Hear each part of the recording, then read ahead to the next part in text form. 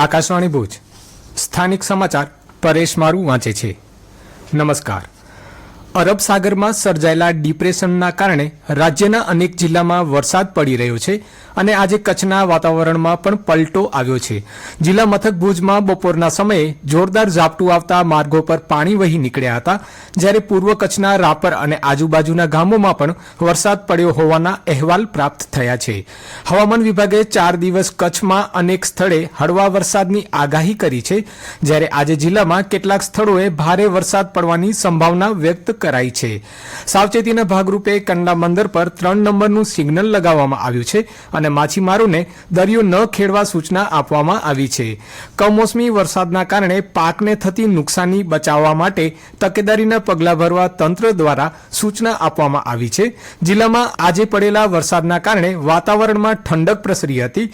કમોસમી વરસાદના કારણે જિલ્લાના ખેડૂતોમાં ચિંતા વ્યાપી છે। ગુજરાત માર્ગ વાહન વ્યવહાર નિગમ ભુજ વિભાગ દ્વારા દિવાળી પર્વ નિમિત્તે મુસાફરોના આવાગમન માટે 15 થી 26 ઓક્ટોબર દરમિયાન નિયમિત તેમજ વધારાની બસોનું સંચાલન કરાયું હતું। ભુજ વિભાગ દ્વારા પોતાના તાબા હેઠળના ડેપોથી જુદા જુદા શહેરો દાહોદ, સંજેલી, લુણાવાડા, મોડાસા, રાજકોટ તેમજ જૂનાગઢને જોડતી વધારાની બસો દોડાવવામાં આવી હતી। 10 દિવસ દરમિયાન ભુજ વિભાગ દ્વારા 114 વધારાની ટ્રીપ્સ સાથે 49,805 કિલોમીટરનું સંચાલન કરવામાં આવ્યું હતું, જેમાં વિભાગને 17,69,896 રૂપિયાની આવક થઈ હતી। વધારાના સંચાલનનો 6,538 જેટલા નિયત ઉપરાંત વધારાના પ્રવાસીઓએ લાભ લીધો હતો। કચ્છમાં વિમાની સેવાનો વ્યાપ વધારવા ચાલી રહેલા પ્રયાસો વચ્ચે એર ઇન્ડિયાએ ભુજથી મુંબઈને જોડતી વધુ એક વિમાની સેવા શરૂ કરી છે। આ વિમાની સેવાના પ્રથમ દિને જ મુંબઈથી 162 પ્રવાસી ભુજ આવ્યા હતા અને 156 પ્રવાસી ભુજથી મુંબઈ ગયા હતા। એર ઇન્ડિયાની આ વિમાની સેવા બપોરે 1:50 મુંબઈથી ઉડાન ભર્યા બાદ 3:20 ભુજ પહોંચે છે અને બપોરે 4 વાગે પરત ભુજથી ઉડાન ભરી 5:25 મુંબઈ પહોંચે છે।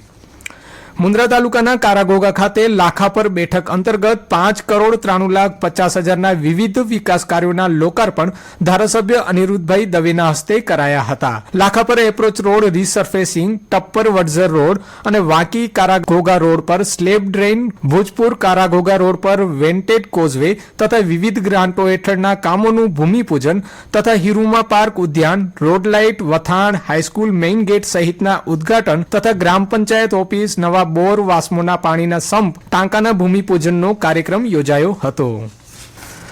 આત્મનિર્ભર ભારત સંકલ્પ અભિયાન હેઠળ સમગ્ર કચ્છમાં યોજાનારા નૂતન વર્ષ સ્નેહ મિલનના કાર્યક્રમો અંતર્ગત ભુજ શહેરના વોર્ડ નંબર 1 થી 6ના યોજાયેલા સ્નેહ મિલન કાર્યક્રમમાં બહોળી સંખ્યામાં આગેવાનો, કાર્યકરો, સામાજિક આગેવાનો, વિવિધ સંઘ સંસ્થાઓ, ગરબી મંડળના આયોજકો વગેરે ઉપસ્થિત રહી એકબીજાને શુભેચ્છા પાઠવી હતી।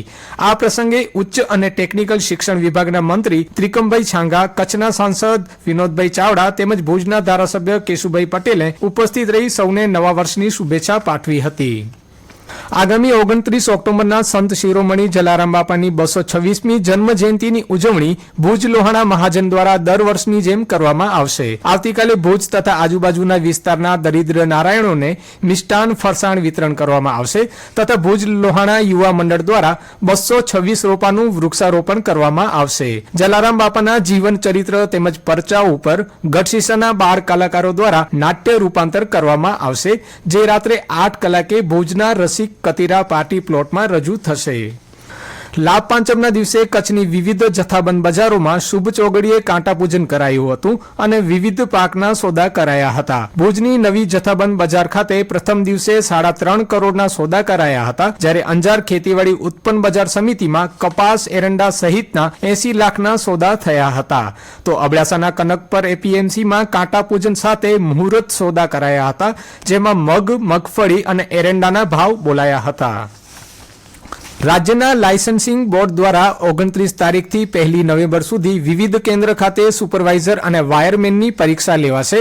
આ પરીક્ષામાં પ્રવેશપાત્ર ઉમેદવારોના નામ, રોલ નંબર અને પરીક્ષાનું વિગતવાર સમયપત્રક ખાતાની વેબસાઇટ ceiced.gujarat.gov.in પર મૂકવામાં આવ્યું છે, તેમ લાયસન્સિંગ બોર્ડના સચિવની અખબારી યાદીમાં જણાવાયું છે। અને આ સાથે સમાચાર બુલેટિન પૂરું થયું। નમસ્કાર।